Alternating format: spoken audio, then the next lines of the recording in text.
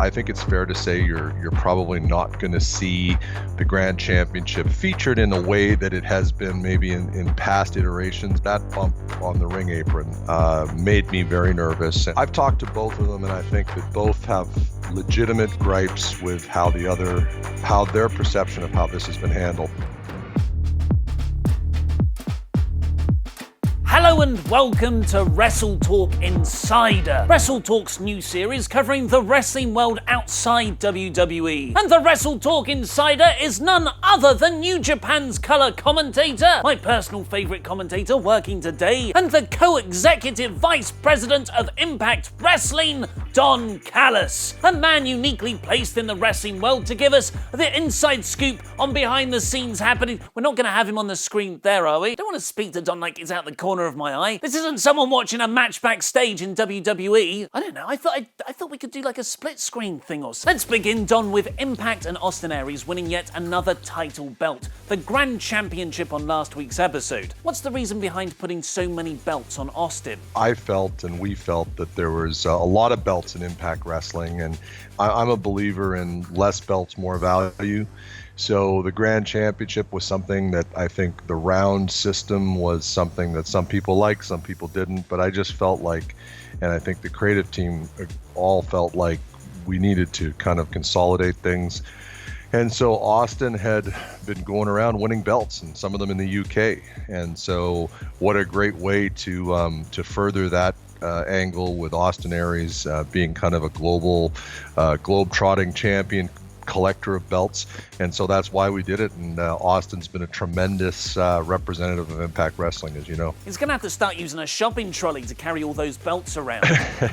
Yeah, absolutely. I mean, I never liked having a belt when I was an active wrestler because it meant that I had to carry it. You can't check them, you got to carry them on the plane. So I don't know how he does it. Maybe he has a personal assistant, but he is vegan, so he's more physically fit than most. So because he doesn't have to carry as much meat around, I suppose? Yeah, I always used to carry a lot of processed meats when I traveled, you know.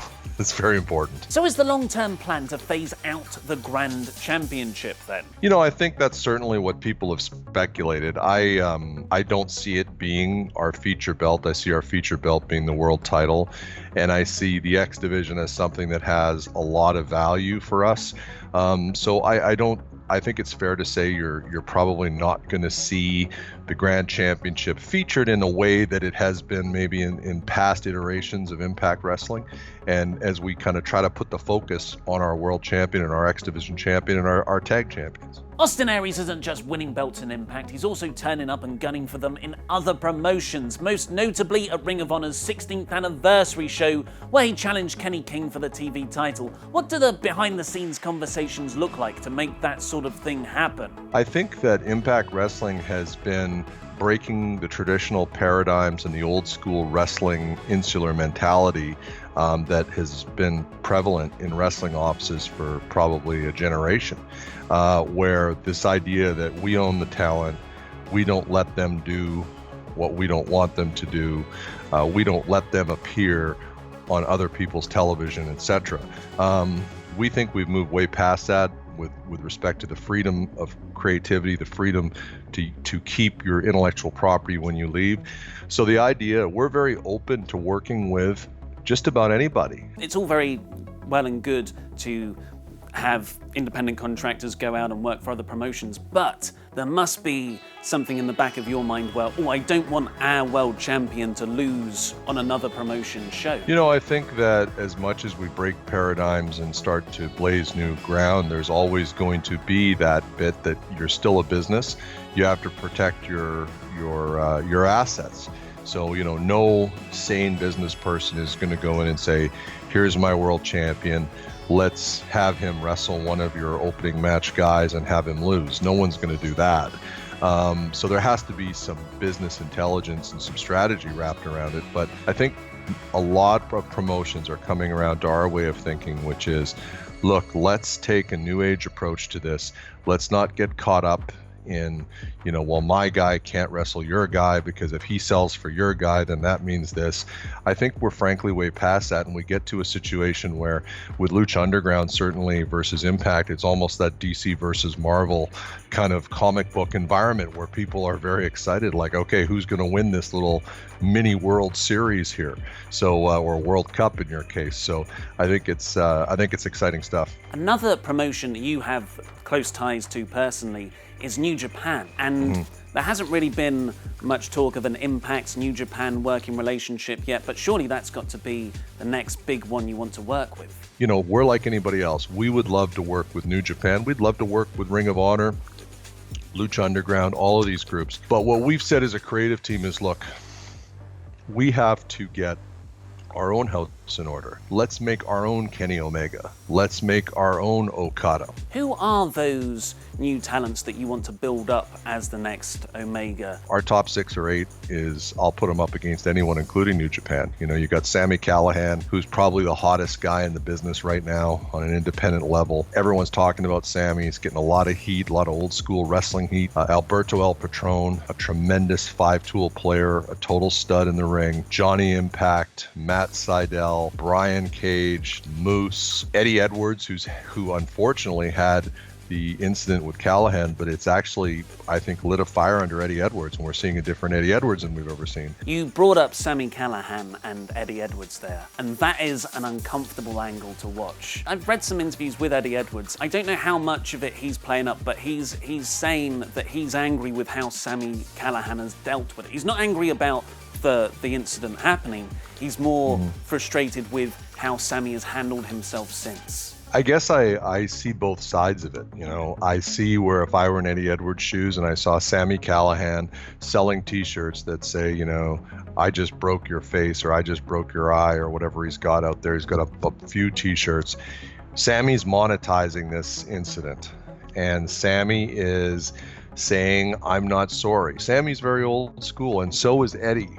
And Eddie has said, I am going to handle this in my own way. And with Eddie Edwards, that means an old school mentality. And I think that's what you're going to see. And this is not done getting played out. But I also understand Callahan's perspective. Hey, this happened. It's wrestling. It ain't ballet. Let's move on. The name of the game is to make money. I'm going to make money. Now, a lot of people say Sami should be cutting Eddie in on some of this revenue. From what I understand, he hasn't. And so that's his option. He's not legally bound to do that. But in the wrestling business, the unwritten rule is you would do that. So when you don't do it, then guys like Eddie Edwards take matters into their own hands in whatever form that takes. We're trying to make sure we don't have an incident backstage, but we'll see how it plays out. So there is real life animosity there between the two. I've talked to both of them, and I think that both have legitimate gripes with how their perception of how this has been handled. And I think there's a lot of unfinished, unresolved feelings here, and they're playing out in the public eye, whether it's on our television or whether it's on the independent shows worldwide. It never stops with these two guys. You were there for the Genesis match with Will Ospreay versus Marty Scurll, and of course there was a heinous bump on the ring apron. How was that, seeing that live? Uncomfortable. It didn't happen right in front of me, so I only saw it on the video screen. It happened on the other side of the ring, but I worry about Will. I always have, as when I see he's like a superhero. He's incredible. He's one of my favorite guys in the world. But I always worry about him, and then I tell myself, well, he's Will Ospreay. He's not like the rest of us. He's special. He can do this stuff safely. But that bump on the ring apron made me very nervous, and I was very worried for Will. I was happy that he got up and was able to finish the match, but I just pray there's not a long-term effect for him. He is a warrior because he got up and he finished the match, and he is an incredible young man, and I'm just blown away. But I do worry about him because, of course, I never took one bump like that in my whole wrestling career, much less, he does those things every day for the fans. He's part of a British contingent that's currently invading or taking over New Japan. And just to close on, what do you think about Zack Sabre Jr.'s chances going forward? And where does he go from here after Okada? I think he took a step to the next level, because I think a lot of people, because he has a slight build, he's a very lean guy.